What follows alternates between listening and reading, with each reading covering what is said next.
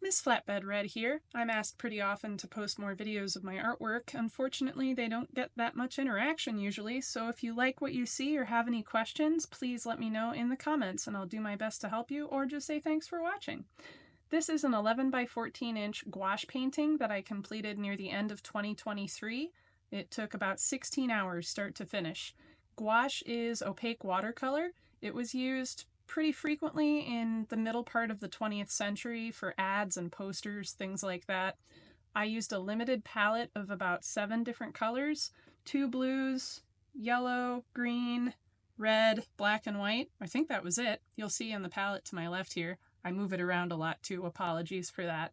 This was my first commission in gouache. I had done a couple paintings using it before, really like how it works, and decided to start offering it as a commission option. You'll notice that it dries matte and it changes color a little bit too, so something about gouache is you need to be super patient, as you do with any material basically. You need to build up a whole bunch of layers to get that really nice, rich color. So you'll see, especially on this fender here, how I paint a little, let it dry. Paint a little, let it dry. You can come back and rework gouache also, since it is like watercolor, so it's a little bit more forgiving, and it's really fun to work with. I have probably 100 paintbrushes in my studio, but I think I found myself using the same about 5 of them, including this one here that was totally falling apart and was taped together, but it still had a really nice point on it. It still does, so I use it for detail work a lot. After blocking in all the background colors on here, coming in and adding those details is really fulfilling. So as I go and start adding lettering, you'll get to see that too.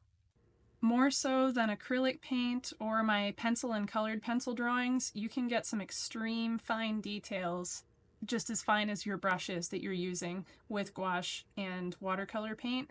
So you can add pinstriping on a tiny little painting or tiny little letters and they're still legible. So that's one of the great things that it has going for it that makes me love it so much.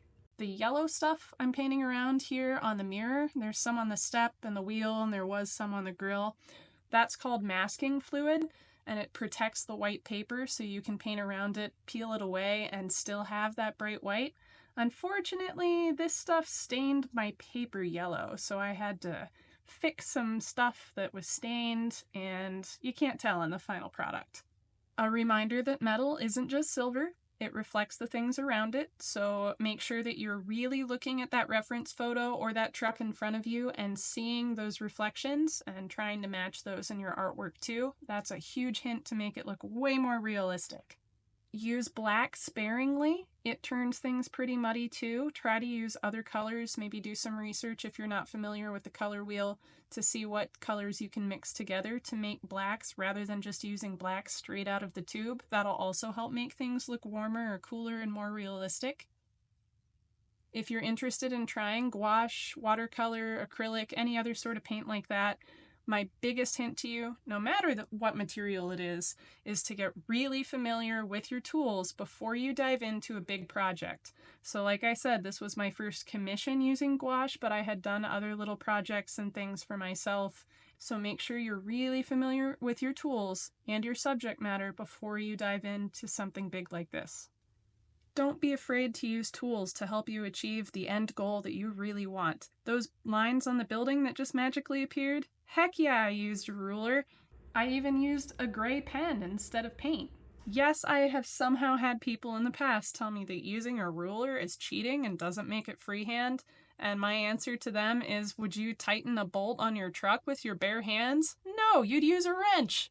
I want to make sure that my customers get the best possible final product. I don't like putting out bad work, and I refuse to. Use the tools that you have access to, find ones you may need, improvise, and create one even. People have done artwork for centuries and centuries. The tools exist for a reason.